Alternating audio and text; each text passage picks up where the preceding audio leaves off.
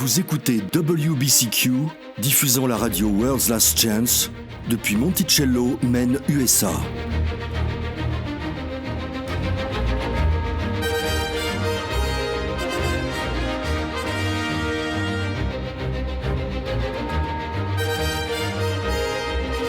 Crimes violents, troubles politiques, instabilité financière, tout indique une crise imminente, une crise sans précédent.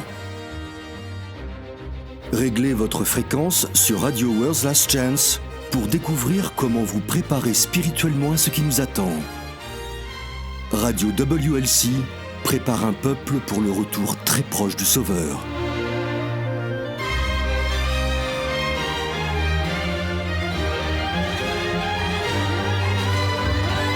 Bonjour et bienvenue pour une nouvelle émission sur Radio World's Last Chance. Je suis votre animateur, Denis Lefort. Et je suis Jean-Olivier. Merci, amis auditeurs, de nous faire participer à votre journée. L'un des plus grands privilèges d'un chrétien est d'invoquer le nom du Seigneur. Nous n'avons pas besoin de sacrifier un poulet, nous n'avons pas besoin de nous mutiler ou de faire de longs pèlerinages pour nous recommander à notre Créateur. Nous pouvons venir à lui, tel que nous sommes, l'invoquer et il entendra toujours notre prière. C'est un immense privilège, n'est-ce pas ? C'est exact. Et une chose qui rend cela encore plus significatif, c'est d'avoir l'honneur de connaître ce qu'est réellement le nom du Seigneur. Puisque Seigneur est simplement un titre générique. Le nom personnel de notre Père Céleste est Yahwa, ou Yah en forme courte. Il vient du verbe hébreu être, Haya. Je ne me lasse pas d'entendre parler du nom divin. Le fait qu'il soit un verbe d'état, le verbe être, a une telle profondeur de sens. Il est la source auto-existante de tout être. Il est logique que son nom vienne du verbe être. Suis, est, étant, était, sera, toutes ces formes s'appliquent à lui. C'est magnifique, ça inspire la foi, vraiment. Surtout quand vous faites une recherche sur le mot « Haya » dans la Bible. Vous découvrez que le mot « Haya » a été utilisé pour la création du monde. L'autre jour, j'ai regardé dans une Bible interlinéaire. En français, on a les différents temps, le futur, le passé et le présent. Donc, par exemple, dans Genèse 1, nous lisons « que la lumière soit et la lumière fut ». Mais en hébreu, c'est beaucoup plus direct. « Lumière, Haya ». Lumière, Haya. Ils utilisent le même mot deux fois ? Oui, nous disons que la lumière soit et la lumière fut, mais en hébreu c'est lumière Haya, lumière Haya. C'est puissant parce que Haya est le mot racine du nom même du Créateur. Et c'est la raison pour laquelle les croyants sont exhortés à invoquer son nom. Si vous combinez le verbe être avec votre besoin, cela se transforme en une promesse puissante que vous pouvez réclamer. J'aime ça. Le nom du Sauveur inclut le nom du Père, c'est Yahushua. La signification de son nom est une déclaration de qui il est. Il est le salut de Yahwa. C'est ce que Yahushua signifie. Tu as mentionné, Denis, la semaine de la création. Et c'est justement ce dont j'aimerais parler aujourd'hui. La création opposée à l'évolution. Alors dis-moi, Denis, es-tu un créationniste ou un évolutionniste ? Eh bien, créationniste, bien sûr. Je suis chrétien, je suis créationniste. En fait, il n'y a pas de bien sûr. Beaucoup de gens qui se disent chrétiens croient aussi à l'évolution. En fait, un mathématicien et astronome belge a développé ce qu'il a appelé l'hypothèse de l'atome primitif. L'hypothèse de l'atome primitif. Oui, plus connue sous le nom de la théorie du Big Bang. En plus d'être un professeur de physique, il était aussi, figurez-vous, un prêtre catholique romain. Donc, oui, il y a des chrétiens qui croient en l'évolution. Tu y crois ? Non. Pourquoi ne pas définir ce que tu entends par créationniste opposé à évolutionniste ? Est-ce que je crois que nous venons d'une soupe d'atomes primordiale ? Non. Est-ce que je crois que certaines espèces ont changé en s'adaptant à leurs circonstances au cours des millénaires ? Bien sûr. Alors, comment définir ces termes ? Un créationniste est quelqu'un qui croit que l'univers, ou plutôt la création, et tout ce qui est contenu a été créé par la puissance et la parole de Yah. Un évolutionniste est quelqu'un qui croit que la vie sur Terre est apparue par un développement progressif qui aurait pris des milliards d'années. Alors oui, je suis un créationniste, indiscutablement. L'Écriture est très claire sur la façon dont le monde a été créé. Le psaume 33 dit « Les cieux ont été faits par la parole de Yahwa et toute leur armée par le souffle de sa bouche. Car il dit « et la chose arrive. Il ordonne et elle existe. Et c'est ce que la Bible enseigne et c'est ce que je crois. Je suis un créationniste, moi aussi, et pour la raison même que tu as donnée. Mais j'aimerais utiliser cela comme une illustration d'un point important sur lequel beaucoup de gens trébuchent. Ils peuvent prétendre être créationnistes, dans le sens le plus strict du mot, ils peuvent même y croire, mais quand il s'agit de leur vie spirituelle, ils reviennent à être des évolutionnistes. Ok, tu m'as perdu là. Qu'est-ce que tu veux dire ? Très bien. Tournons-nous vers Romains 1. Paul y explique que lorsque le monde a été créé, Yahweh a délibérément conçu sa création de manière à ce qu'elle contienne des vérités spirituelles profondes. Lisons le verset 20, Romains 1, verset 20. Il est écrit « En effet, les perfections invisibles de Yah, sa puissance éternelle et sa divinité se voient comme à l'œil depuis la création du monde quand on les considère dans ses ouvrages. Ils sont donc inexcusables. » Ce que cela veut dire, c'est que les choses de la nature sont conçues spécifiquement pour nous enseigner de profondes leçons spirituelles. Ce que l'histoire de la création enseigne, c'est la magnificence de la justice par la foi. Comment fais-tu ce lien ? Genèse 1, versets 1 et 2. Qu'est-il écrit ? Au commencement, Elohim créa les cieux et la terre. Et le verset 2 ? La terre était informe et vide, il y avait des ténèbres à la surface de l'abîme. C'est l'illustration parfaite de l'esprit et de l'âme du pécheur. Jérémie 17, verset 9 nous dit « Le cœur est tortueux par-dessus tout, et il est méchant. Qui peut le connaître ?» Nos esprits, nos âmes sont sombres, mais Yahweh a fait naître son fils Yahushua. La lumière qui luit dans les ténèbres, comme l'a écrit l'apôtre Jean. Exactement. Yahushua est la parole de Dieu. La parole de Yah, prononcée à la création, a éclairé le monde. Cette même parole, reçue par la foi, éclaire le cœur de l'homme. Et c'est ainsi que nous sommes recréés à l'image divine. Le Créateur est aussi le recréateur. Oui.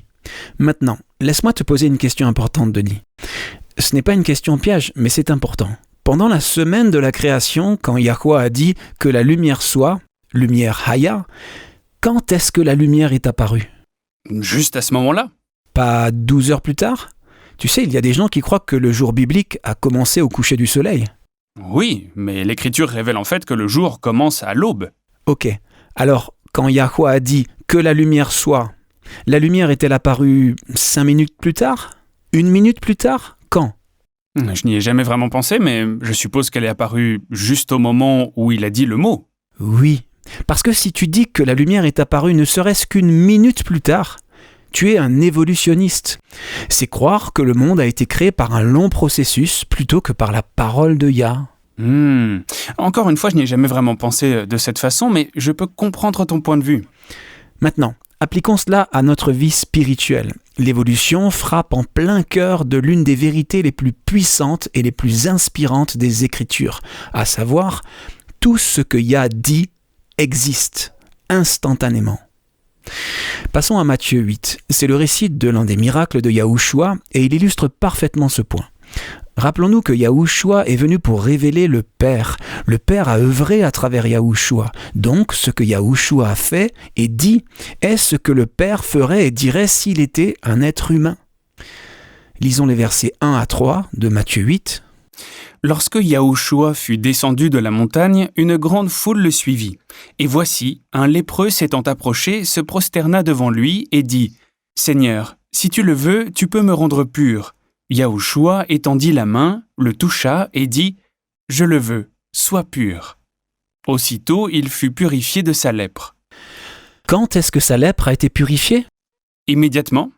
Tu sais, j'ai entendu une fois un sermon sur ce sujet. Le prédicateur entrait dans certains détails, assez dégoûtants, en décrivant les doigts du Sauveur s'enfonçant profondément dans la chair pourrie. C'était dégoûtant. Mais ce n'est pas ce qui s'est passé, n'est-ce pas ? Le verset 2 dit que Yahushua le toucha et dit. Ça signifie qu'il a touché le lépreux en disant « Sois pur ».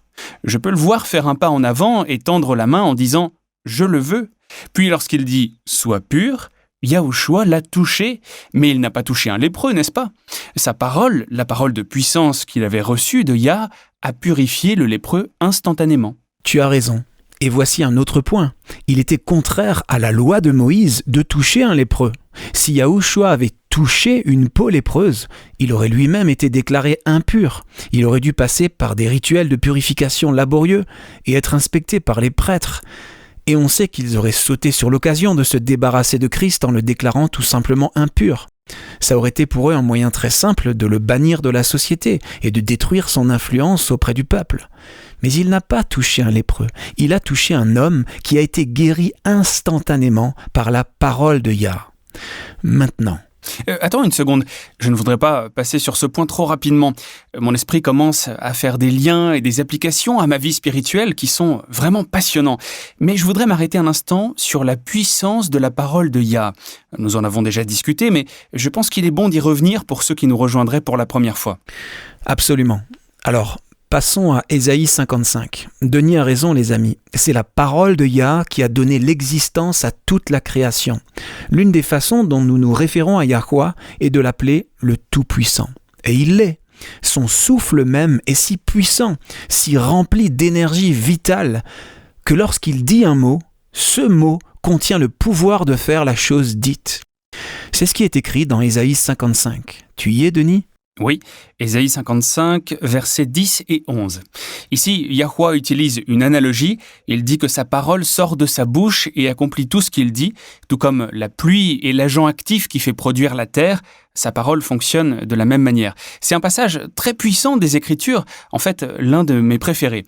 Il est écrit « Comme la pluie et la neige descendent des cieux et n'y retournent pas sans avoir arrosé, fécondé la terre et fait germer les plantes, sans avoir donné de la semence au semeur et du pain à celui qui mange, ainsi en est-il de ma parole qui sort de ma bouche. Elle, ma parole, ne retourne point à moi sans effet, sans avoir exécuté ma volonté et accompli mes desseins. » Ce souffle est traduit dans nos Bibles modernes par « esprit ». Si vous avez accès à une concordance biblique et que vous recherchez le mot « esprit » dans la Bible, ce que vous trouvez, c'est le souffle. Depuis la Genèse chapitre 1, où l'Esprit de Dieu se mouvait au-dessus des eaux, jusqu'à Jean chapitre 3, où Yahushua explique ce qu'est la justification à Nicodème. Allons-y, Nicodème était un leader en Israël. J'ai lu quelque part qu'il était membre du Sanhédrin. Il comprenait des concepts spirituels profonds et Yahushua a pu partager avec lui des pensées qu'il ne pouvait pas partager avec les masses. J'y suis, Jean 3. Très bien, lisons les versets 5 à 7. Yahushua répondit « En vérité, je te le dis, si un homme ne naît d'eau et d'esprit, il ne peut entrer dans le royaume de Yah. Ce qui est né de la chair est chair, et ce qui est né de l'esprit est esprit. Ne t'étonne pas que je t'ai dit, il faut que vous naissiez de nouveau. » Le mot traduit par « esprit » vient de l'équivalent grec du mot hébreu qui est également traduit par « esprit » dans l'Ancien Testament et qui signifie, encore une fois, le souffle. C'est le souffle de Yahweh qui donne de la puissance à sa parole. C'est ce qu'il a soufflé à la surface des eaux, à la création, quand il a dit « que la lumière soit ». Et après la résurrection, quand Yahushua est apparu pour la première fois aux disciples le soir après sa résurrection, Jean 20, verset 22 nous dit qu'il souffla sur eux et leur dit « Recevez le Saint-Esprit ». Oui, c'est le même mot ici. Ce que Yahweh est en train de faire, c'est d'inspirer notre foi, les amis, pour faire confiance à la puissance de sa parole. Ok, nous allons faire une courte pause, les amis, et à notre retour, nous continuerons sur ce sujet. À tout de suite. Une idée choquante a fait son chemin sur Internet. Beaucoup de gens en ont ri. Il s'agit de l'idée que la Terre ne serait pas un globe, mais qu'elle serait en fait une terre enclose, dont la surface est plane. Pour étudier ce sujet par vous-même, et pour découvrir le rôle surprenant que les jésuites ont joué dans la propagation de fausses idées sur la forme de la Terre, visitez notre site web sur worldslastchance.com. Nous vous proposons plusieurs articles sur ce sujet inhabituel et passionnant. Lisez-les, car ce sujet n'est pas prêt de se faire oublier. Visitez notre site dès aujourd'hui sur worldslastchance.com.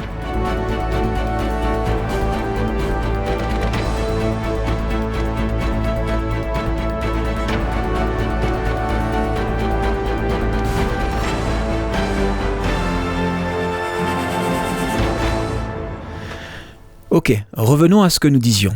Encore une fois, dans tout cela, Yahweh veut inspirer notre foi pour qu'elle saisisse que ce qu'il peut faire dans le monde physique, il peut aussi le faire dans le monde spirituel. Et c'est énorme, car c'est ainsi que fonctionne la justification par la foi. Regardons à nouveau Ésaïe 55. J'aimerais que tu le lises, Denis, encore une fois, mais cette fois-ci, commençons au verset 6. Remarquez que le but de Yah, en expliquant que sa parole contient sa puissance, est d'inspirer la foi aux pécheurs. Allons-y. Cherchez Yahweh pendant qu'il se trouve, invoquez-le tandis qu'il est prêt. Que le méchant abandonne sa voie et l'homme d'iniquité ses pensées, qu'il retourne à Yahweh qui aura pitié de lui, à notre Dieu qui ne se lasse pas de pardonner. C'est dans ce contexte-là qu'il nous est dit que la parole de Yah a le pouvoir de faire ce qu'il dit. Comme le déclare le témoin fidèle et véritable dans Apocalypse 3, nous sommes malheureux, misérables, pauvres, aveugles et nus. Mais la force créatrice contenue dans la parole de Yah a le pouvoir de changer tout cela et de nous recréer. Lisons les 2 versets suivants maintenant. « Car mes pensées ne sont pas vos pensées, et vos voix ne sont pas mes voix, dit Yahweh. Autant les cieux sont élevés au-dessus de la terre, autant mes voix sont élevées au-dessus de vos voix, et mes pensées au-dessus de vos pensées. » Yahweh n'est pas un Dieu vengeur cherchant à punir et à détruire. Le désir de son cœur est de nous sauver. Et comment fait-il cela ? Comme la pluie et la neige descendent des cieux et n'y retournent pas sans avoir arrosé, fécondé la terre et fait germer les plantes, sans avoir donné de la semence au semeur et du pain à celui qui mange, ainsi en est-il de ma parole qui sort de ma bouche. Elle ne retourne point à moi sans effet, sans avoir exécuté ma volonté et accompli mes desseins. Voilà pourquoi Paul et Silas ont pu dire au geôlier de la ville de Philippe, dans Acte 16, « Crois au Seigneur Yahushua, et tu seras sauvé. » Au moment même où votre esprit accepte de croire que Yahweh a fourni le salut par Yahushua, et où vous dites « Oui, je crois et j'accepte les mérites du sang de Christ versé à ma place. » À ce moment même, vous êtes justifiés. Yahweh prend les mérites du sang de Christ et les crédite à votre compte. Il couvre tous vos péchés passés et vous êtes pardonnés. Mais ce n'est pas tout, n'est-ce pas ? Je pense que la plupart des chrétiens sont clairs sur ce point. Yahushua est mort à notre place, mais il y a plus. Oui, il y a plus, et c'est ce avec quoi j'aimerais inspirer nos auditeurs. Quand vous acceptez le don du salut, ce ne sont pas seulement les mérites de la mort de Yahushua qui sont crédités à votre compte. Les mérites de la vie sans péché de Yahushua sont également crédités à votre compte. Non seulement vous vous tenez devant Yah justifié et irréprochable, comme si vous n'aviez jamais péché, mais vous vous tenez devant lui juste, comme si votre vie entière avait été passée en parfaite obéissance à la volonté divine, tout comme celle de Christ. Voilà ce qu'est la justification par la foi. C'est tellement inspirant et porteur d'espoir. Nous n'avons pas besoin de nous rendre meilleurs par nous-mêmes. Ce qui est une bonne chose, parce que nous ne le pouvons pas. Je le sais bien, parce que j'ai essayé, ça ne marche pas. Il faut que ce soit un don, et ça l'est. Donne-moi juste un instant pour lire Romains 5, versets 1 et 2. Ce passage décrit notre état devant Yah une fois que nous sommes justifiés. Il est écrit « Étant donc justifiés par la foi, nous avons la paix avec Yah par notre Seigneur Yahushua Christ, à qui nous devons d'avoir eu par la foi accès à cette grâce, dans laquelle nous demeurons fermes, et nous nous glorifions dans l'espérance de la gloire de Yah. » N'est-ce pas magnifique ? Nous avons la paix avec Yah grâce au don de la justification par la foi. Amen. Ce que j'aimerais que tout le monde comprenne, c'est l'impact que cela a sur votre vie quotidienne maintenant. Ce n'est pas seulement pour vos péchés passés, c'est pour votre réalité actuelle, en ce moment même. Tu sais, Denis, que Radio WLC diffuse dans le monde entier. En combien de langues ? 7, 8 langues ? 9, je crois. Eh bien, évidemment, nous rencontrons quelques problèmes entre les langues. En français, nous avons 2 mots, justification et droiture. Cela peut causer une confusion. 2 mots, 2 significations différentes, pourrait-on penser, n'est-ce pas ? Eh bien, c'est faux. Ils signifient tous les 2 la même chose. Oui, c'est en fait le même mot en grec, et en arabe aussi, j'ai entendu dire. Droiture signifie littéralement faire bien, être droit. Et c'est ici que nous apprenons la sanctification. Quand nous acceptons la mort de Christ à notre place, nous sommes justifiés à ce moment même. À ce moment précis, nous nous tenons devant Yah comme si nous n'avions jamais péché. Mais quelque chose d'autre se produit, et c'est la sanctification. Beaucoup de gens ne comprennent pas ce qu'est la sanctification. J'ai mon dictionnaire préféré ici, je viens de le consulter. La définition de la sanctification, c'est l'acte de rendre saint, dans un sens évangélique, l'acte de la grâce de Dieu par lequel les affections des hommes sont purifiées ou aliénées du péché et du monde et élevées à un amour suprême pour Dieu. C'est la définition du dictionnaire ? Oui, dans ma vieille édition de 1828, c'est ce qui est dit. En d'autres termes, c'est un processus. Oui, c'est ce que c'est. Tu peux chercher le mot « sanctifié », qu'est-ce que ça dit ? Dans un sens général, nettoyer, purifier ou rendre saint. Ok, super. Encore une fois, c'est un processus. Mais c'est un processus qui est toujours un don, un cadeau divin. Ce n'est pas quelque chose que nous pouvons gagner. Passons à Ézéchiel 36, c'est probablement l'explication la plus claire dans les Écritures de la façon dont ce processus fonctionne. Lisons les versets 25 à 27 si tu veux. Il est écrit « Je répandrai sur vous une eau pure et vous serez purifiés. Je vous purifierai de toutes vos souillures et de toutes vos idoles. Je vous donnerai un cœur nouveau et je mettrai en vous un esprit nouveau. J'ôterai de votre corps le cœur de pierre et je vous donnerai un cœur de chair. Je mettrai mon esprit en vous et je ferai en sorte que vous suiviez mes ordonnances et que vous observiez et pratiquiez mes lois. » C'est ce que Yahweh fait pour nous quand il nous sanctifie. La justification ne signifie pas que nous sommes soudain intrinsèquement purs et sans péché. La justification signifie qu'il nous déclare justes.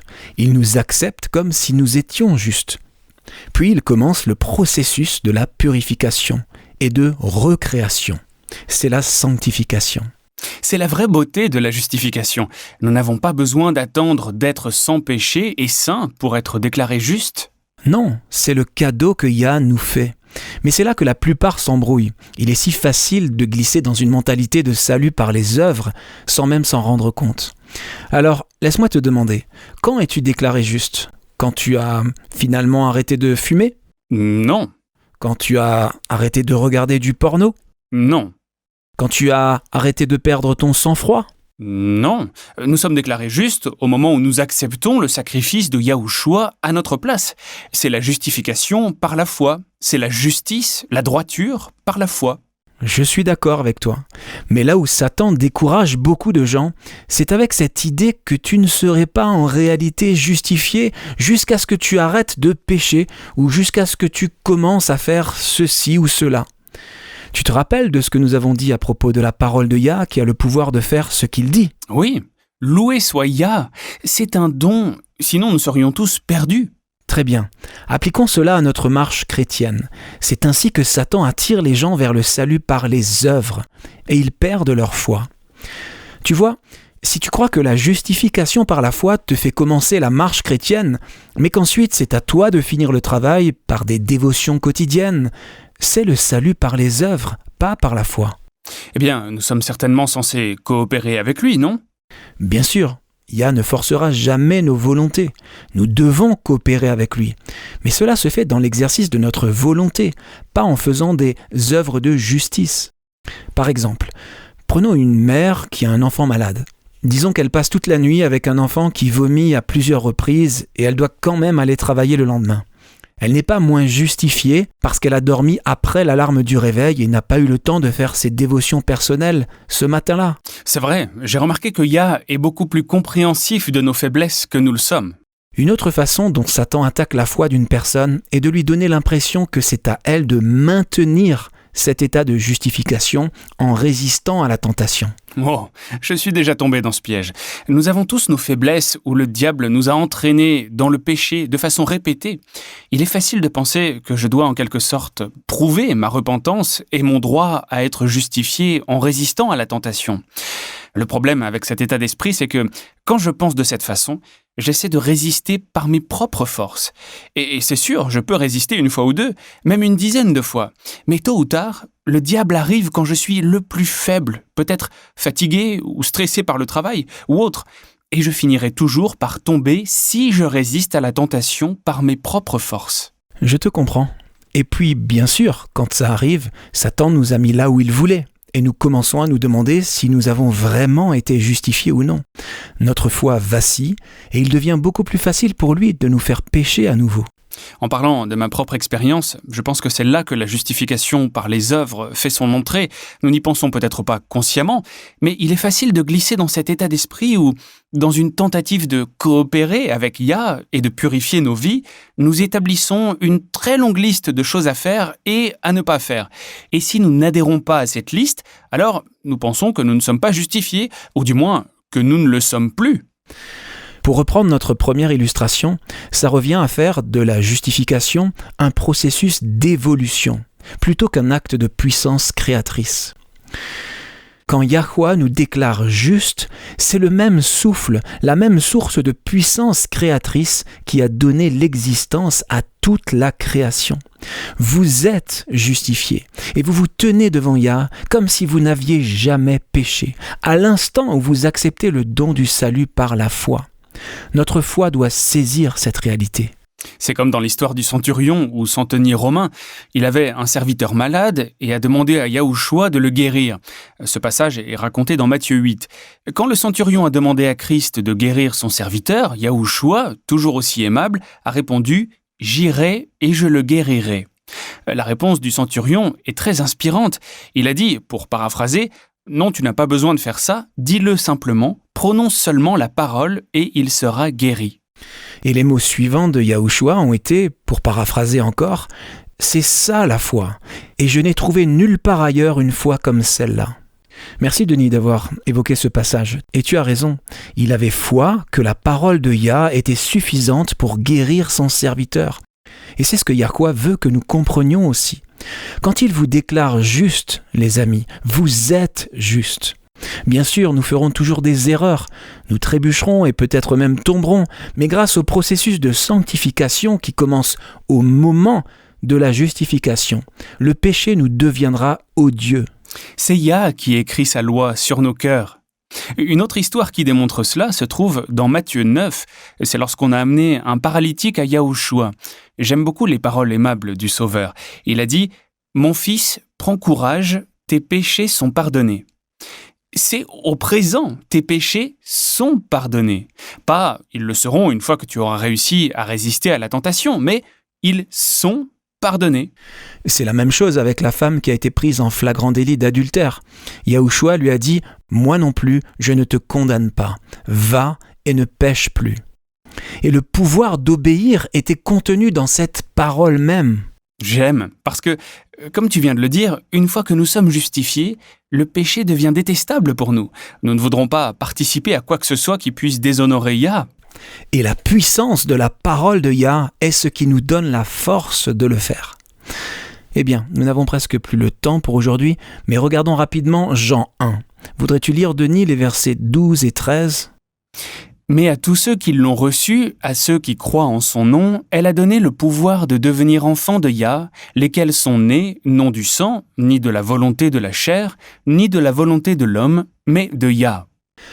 Nous ne sommes pas justifiés ou sanctifiés par nos propres efforts diligents. Oui, nous devons exercer notre libre arbitre pour choisir le salut, car Yah ne forcera jamais notre volonté. Mais le salut, d'abord, enfin et toujours, est un don, un cadeau. Notre transformation, qui sera achevée à la glorification au retour de Yahushua, est également un don de Yah, car il écrit lui-même sa loi sur nos cœurs. Lisons Éphésiens 2.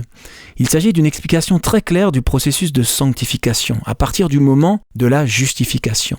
Éphésiens 2, versets 1 à 10. Vous étiez morts par vos offenses et par vos péchés, dans lesquels vous marchiez autrefois, selon le train de ce monde, selon le prince de la puissance de l'air, de l'esprit qui agit maintenant dans les fils de la rébellion. Nous tous aussi, nous étions de leur nombre, et nous vivions autrefois selon les convoitises de notre chair, accomplissant les volontés de la chair et de nos pensées, et nous étions par nature des enfants de colère, comme les autres. Mais Yah, qui est riche en miséricorde, à cause du grand amour dont il nous a aimés, nous qui étions morts par nos offenses, nous a rendus à la vie avec Christ. C'est par grâce que vous êtes sauvés. Il nous a ressuscités ensemble et nous a fait asseoir ensemble dans les lieux célestes, en Yahushua Christ, afin de montrer dans les siècles à venir l'infinie richesse de sa grâce par sa bonté envers nous en Yahushua Christ. Car c'est par la grâce que vous êtes sauvés, par le moyen de la foi, et cela ne vient pas de vous, c'est le don de Yah. Ce n'est point par les œuvres, afin que personne ne se glorifie. Car nous sommes son ouvrage, ayant été créés en Yahushua Christ pour de bonnes œuvres, que Yah a préparées d'avance, afin que nous les pratiquions. Êtes-vous évolutionniste ? Croyez-vous que vous serez justifié une fois que vous aurez prouvé à quel point vous êtes désolé en vous abstenant de pécher un certain nombre de fois ? Ou êtes-vous créationniste, prêt et disposé à accepter le don de justification et de sanctification de Yah dès maintenant ? Puissions-nous tous être des créationnistes prêts à accepter le don de Yah.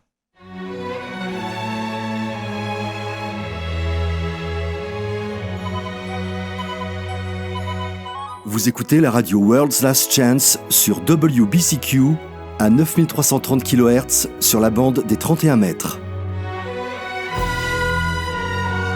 Radio World's Last Chance prépare un peuple pour le retour très proche du Sauveur. Les fils de Tzadok sont un groupe très spécial de personnes avec un ministère très spécial. Ce ne sont pas vos télévangélistes, ils ne sont pas des administrateurs ou officiels d'église. Ils ne sont même que très rarement pasteurs, mais ils ont un rôle extrêmement important. L'Écriture révèle qu'ils exercent un ministère auprès de Yah lui-même. Pour en savoir plus sur la façon dont vous pouvez être un fils ou une fille de Tzadok, rendez-vous sur worldslastchance.com et cliquez sur l'icône Radio WLC. Faites défiler la liste et cliquez sur l'épisode intitulé « Fils de Tzadok, l'invitation à devenir partenaire avec Yah ». C'est un privilège et une opportunité sans pareille.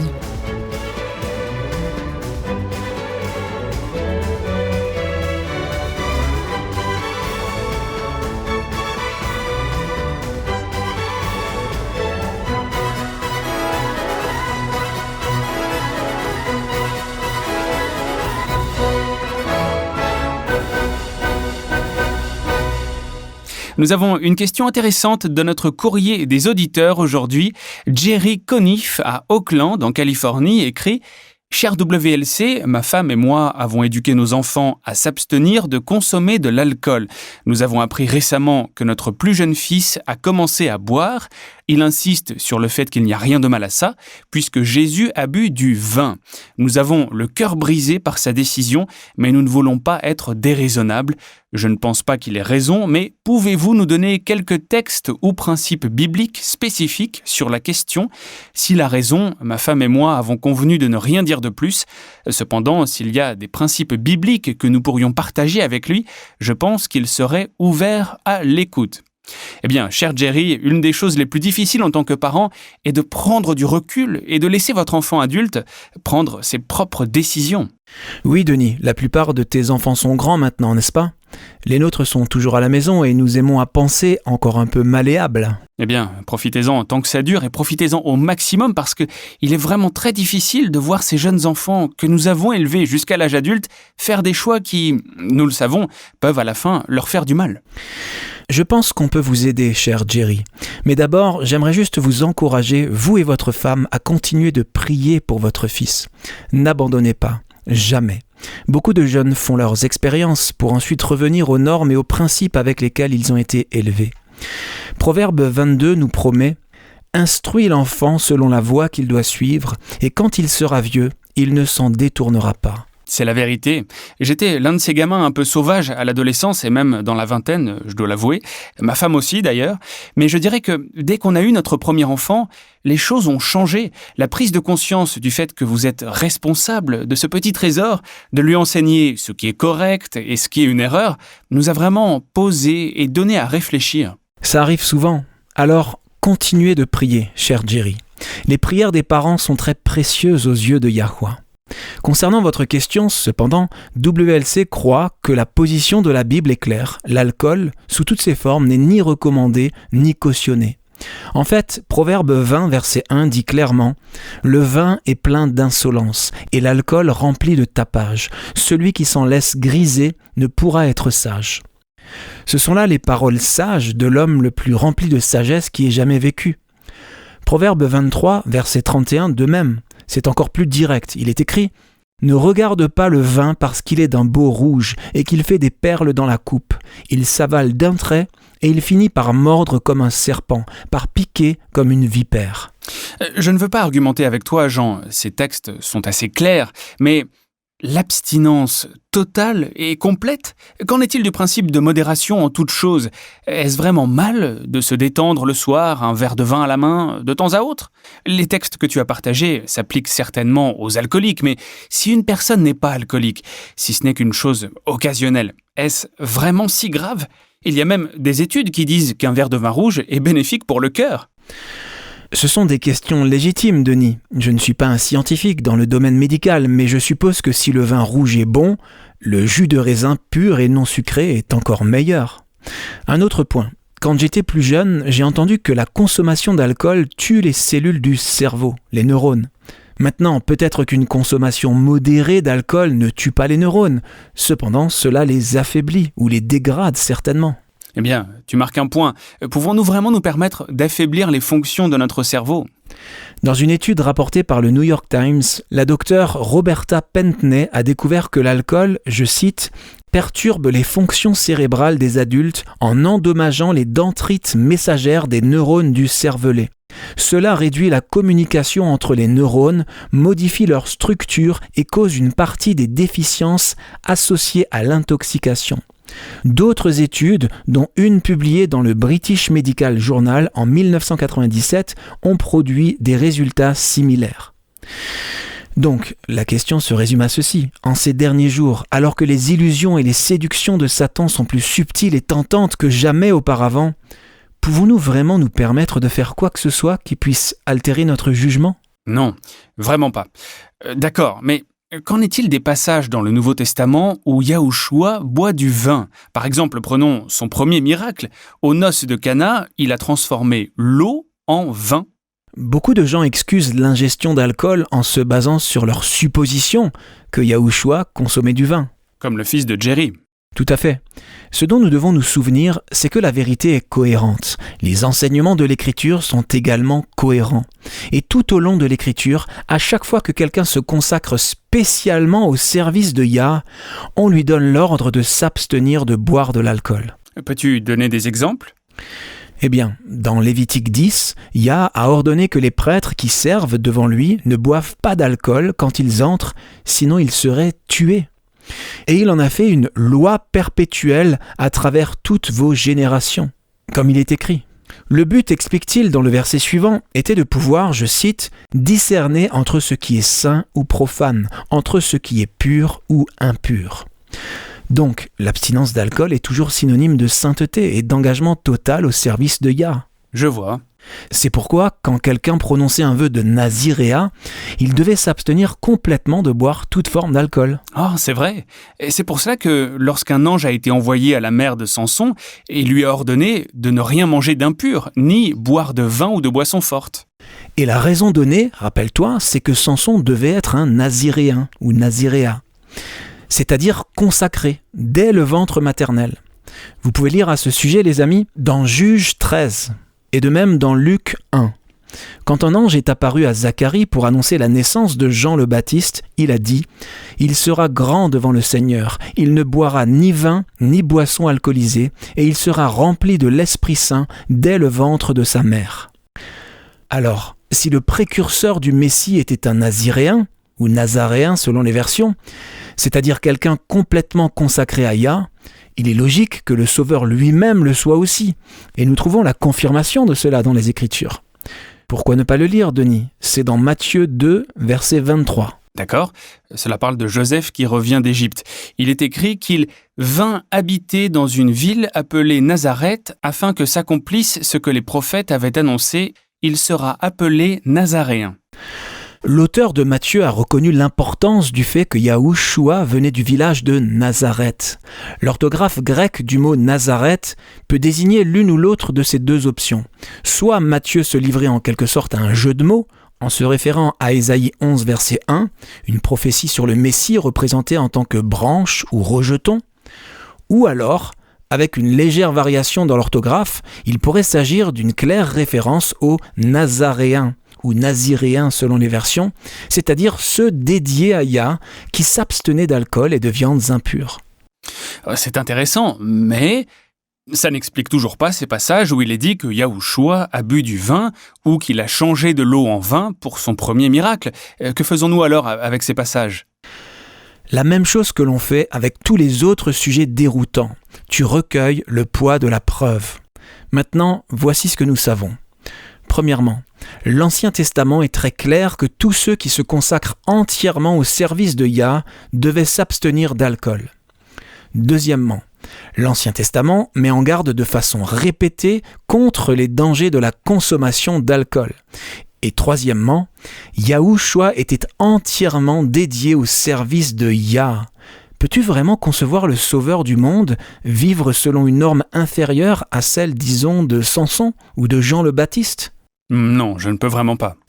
Et enfin, quatrième point, le mot français « vin » est traduit du mot grec « oinos ». Or, nous n'avons pas vraiment d'équivalent en français pour ce mot car « oinos » peut signifier aussi bien du vin fermenté que du jus non fermenté, fraîchement pressé, selon le contexte. Alors, si tu rassembles tout cela, la condamnation des boissons intoxicantes dans l'Ancien Testament, l'assurance dans la Bible que Yah ne change jamais, et que le mot grec peut se référer soit au vin fermenté, soit au jus non fermenté, qu'est-ce que tu obtiens ? Eh bien, la conclusion logique à en tirer est que le oinos dans le Nouveau Testament fait référence au jus non fermenté, pas au vin, parce que la vérité, la Bible, sera toujours cohérente. Ça, c'est intéressant. C'est pour ça que j'aime les mots. Tu peux apprendre tant de nuances différentes quand tu sais ce que les mots signifient vraiment. Paul a dit aux Corinthiens, « Soit donc que vous mangiez, soit que vous buviez, soit que vous fassiez quelque autre chose, faites tout pour la gloire de Yahweh. » Les chrétiens modernes oublient qu'il n'y a pas si longtemps, l'abstinence totale d'alcool était courante chez les chrétiens. Ils prétendent que la Bible permet une consommation modérée d'alcool, et encore une fois, ils se basent sur un malentendu du mot original traduit en français par « vin ». Jetons un coup d'œil à Ésaïe 65, verset 8, dans la version Martin, qui reflète mieux la traduction précise de la version King James. Pourrais-tu nous le lire, Denis ? Comme quand on trouve dans une grappe du vin à épreindre et qu'on dit « ne la gâte pas, car il y a en elle de la bénédiction », j'en ferai de même à cause de mes serviteurs, afin que le tout ne soit point détruit. La seule chose à laquelle le vin dans une grappe peut faire référence, c'est le jus frais, appelé mou dans certaines versions. C'est le seul genre de boisson provenant de la grappe que Yahweh ait jamais déclaré avoir une bénédiction en elle. Il n'y a pas de bénédiction dans quelque chose qui crée une dépendance et qui embrouille l'esprit et les sens. Non, il n'y en a vraiment pas. Il y a beaucoup plus à découvrir sur ce sujet que je ne l'imaginais avant. Merci d'avoir écrit, Jerry. J'ai aussi appris quelque chose de nouveau aujourd'hui. Si vous avez des questions, des commentaires, des demandes de prière, chers auditeurs, n'hésitez pas, écrivez-nous. Rendez-vous sur notre site web, worldslastchance.com, et cliquez sur « Contactez-nous ». Nous aimerions aussi avoir de vos nouvelles.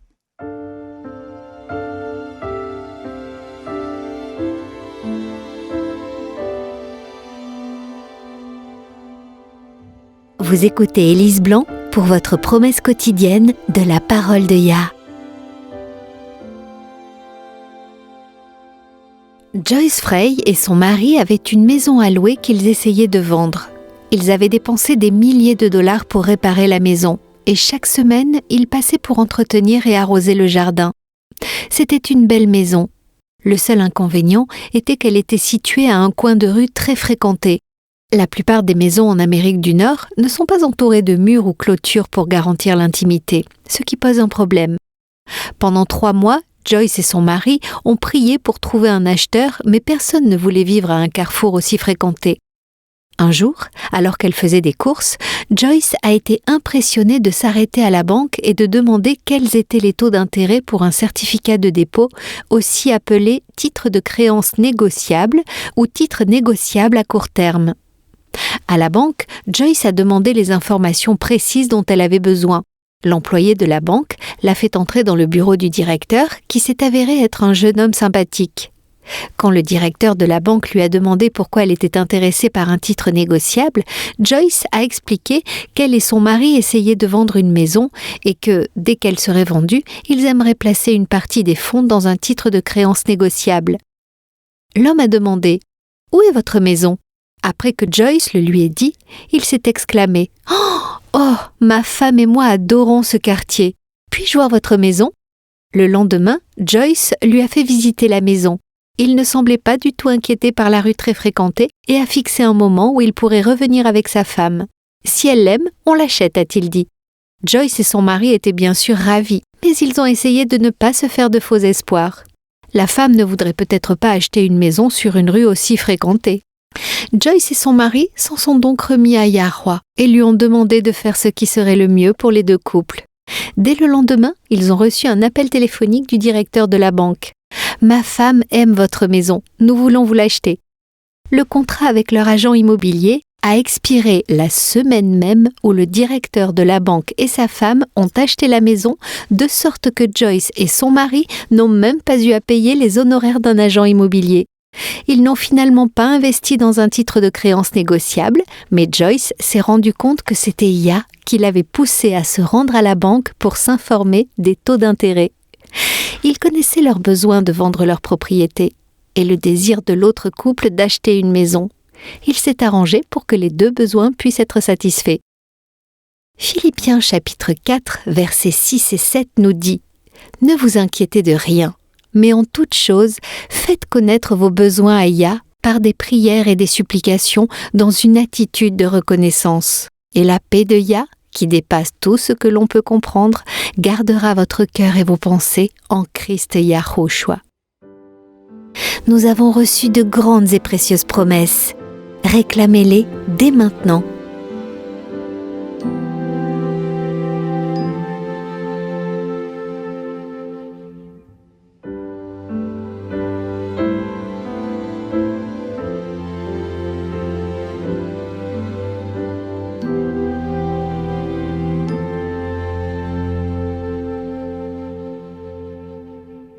Plus j'étudie le sujet de la justification par la foi, plus je suis impressionné par le grand amour de Yah. Et plus je vois dans ma propre vie comment une si grande partie de ma marche spirituelle a été basée sur une forme de salut par les œuvres. Je n'en étais pas conscient. Je ne voulais pas qu'il en soit ainsi, mais ça a été le cas. C'est pareil pour moi, mais ce message de justification par la foi, c'est le cœur même du message de l'Évangile.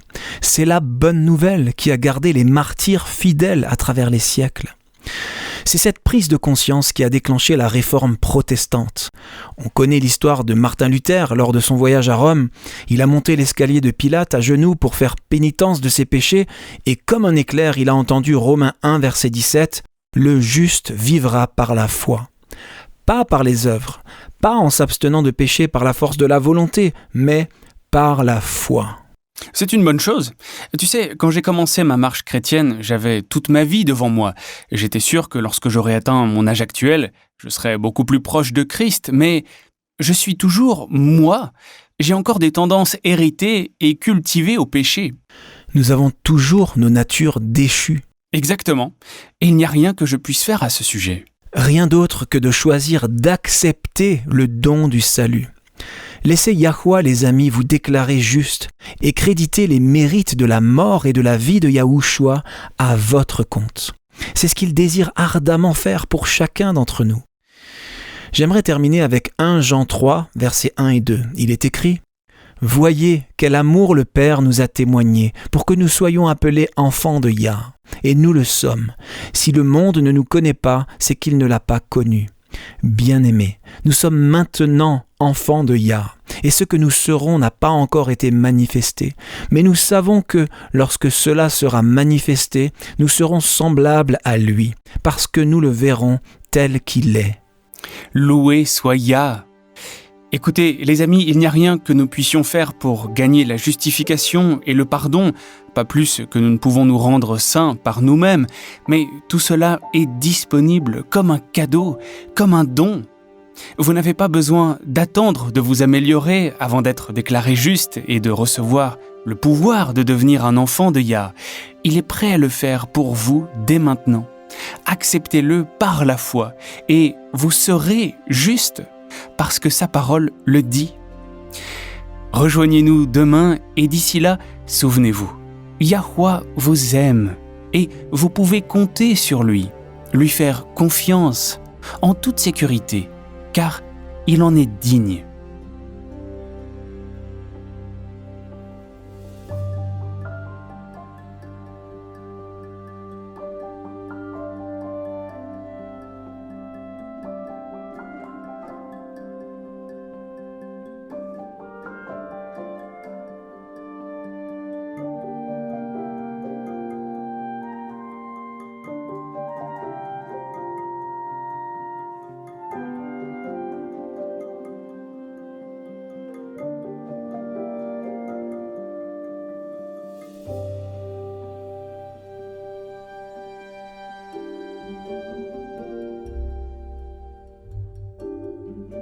Vous étiez à l'écoute de Radio WLC.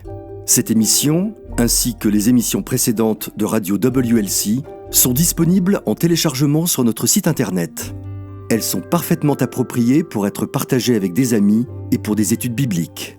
Elles sont également une ressource merveilleuse pour ceux qui adorent Yahweh, seuls, en famille ou en groupe à la maison.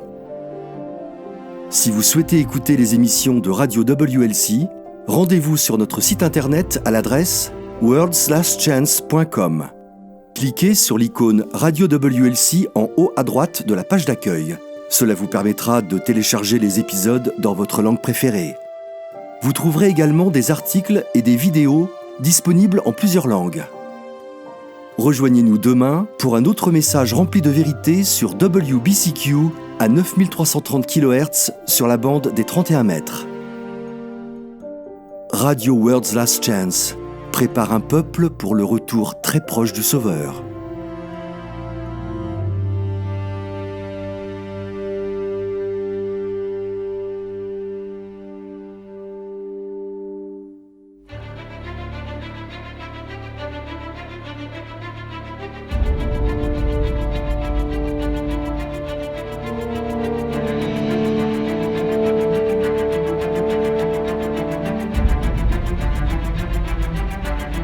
Merci d'avoir été à l'écoute de ce programme sur Radio WLC.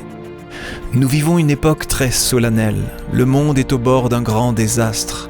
Des événements catastrophiques vont bientôt se produire qui mettront fin à notre ère et inaugureront la nouvelle. Dans sa grande miséricorde, Yahweh a révélé par la prophétie ce que l'avenir nous réserve. Apocalypse 8 prédit une série d'événements d'une gravité croissante qui dévasteront la terre. Les réserves de nourriture mondiale seront décimées. La famine et la mortalité qui l'accompagnent en résulteront. Les réserves d'eau potable de la terre seront également touchées. Apocalypse 9 nous révèle que des démons se feront passer pour des extraterrestres. La terreur et la dévastation causées par cette soi-disant invasion extraterrestre feront que les gens chercheront désespérément à se mettre en sécurité à tout prix. La liberté de vivre et de pratiquer le culte selon ce que nous dicte notre conscience ne sera qu'un souvenir du passé. De nombreuses vies seront perdues au cours de cette série d'événements et lorsque la marque de la bête sera imposée, il y aura des martyrs. Chaque événement sera une préparation pour la crise suivante, dans un long et dernier appel à la repentance de la miséricorde divine, car Yahweh ne veut pas qu'un seul périsse, mais au contraire que tous arrivent à la repentance. Peu de temps après les événements décrits dans Apocalypse 8 et 9, les 7 derniers fléaux s'abattront sur la terre. Ces fléaux et les trompettes précédentes feront des ravages et sèmeront le chaos sur la terre. Ils causeront une destruction et une misère sans précédent. Ésaïe 24 nous avertit ainsi. Oui, Yahweh va dévaster la terre, il va la ravager, en bouleverser la surface, il en dispersera les habitants. La terre se déchire et se fissure, elle vacille, elle oscille et titube, pareille à un ivrogne, et elle est ébranlée comme une cabane, car le poids de son crime pèse sur elle. Elle tombe et ne se relève plus. Pour les croyants, cependant, il y a de l'espoir. En décrivant la fin de notre époque, Yahushua a dit dans Luc 21, verset 28, « Quand ces événements commenceront à se produire, levez la tête et prenez courage, car alors votre délivrance sera proche. » Oui, la fin sera traumatisante, elle est censée l'être. Yahweh veut sauver chaque individu qu'il peut sauver. C'est pourquoi il permet ce point culminant final pour réveiller les âmes. Mais la bonne nouvelle de l'évangile du royaume de Yah est que, au-delà des événements traumatisants d'un proche futur, une éternité de bonheur attend tous ceux qui accepteront le don divin du salut. Lorsque Yahushua reviendra, tous ceux qui sont morts en croyant au mérite du Sauveur crucifié et ressuscité seront ressuscités lors de la première résurrection. Yahushua établira alors le royaume de Yah sur terre. Lui et les rachetés régneront conjointement sur la terre pendant les 1000 premières années de l'éternité. Jean a vu un nouveau ciel et une nouvelle terre, car le premier ciel et la première terre avaient disparu. Si vous souhaitez vous joindre aux rachetés de toutes les époques et vivre une vie à la mesure de celle de Yahweh, faites le choix. Acceptez le salut aujourd'hui. Vous n'avez pas besoin de vous y préparer par vous-même. La vérité est que vous ne le pouvez pas, et moi non plus. Personne ne le peut. Venez à lui tel que vous êtes. N'attendez pas d'avoir cessé de pécher. Vous ne vous améliorerez pas par vos propres efforts. Acceptez l'invitation de Yahweh à devenir membre de son royaume terrestre éternel. Lorsque vous accepterez cette précieuse invitation, Yahweh vous offrira un tout nouveau cœur. Dans Ézéchiel 36, verset 26, il déclare « Je te donnerai un cœur nouveau, et je mettrai en toi un esprit nouveau. J'enlèverai de ton être ton cœur dur comme la pierre, et je te donnerai un cœur de chair. » Accepter ce cadeau inestimable est la seule façon de rejoindre son royaume. Venez à Yahweh tel que vous êtes. Il attend, les bras grands ouverts, désireux de recevoir tous ceux qui viennent à lui.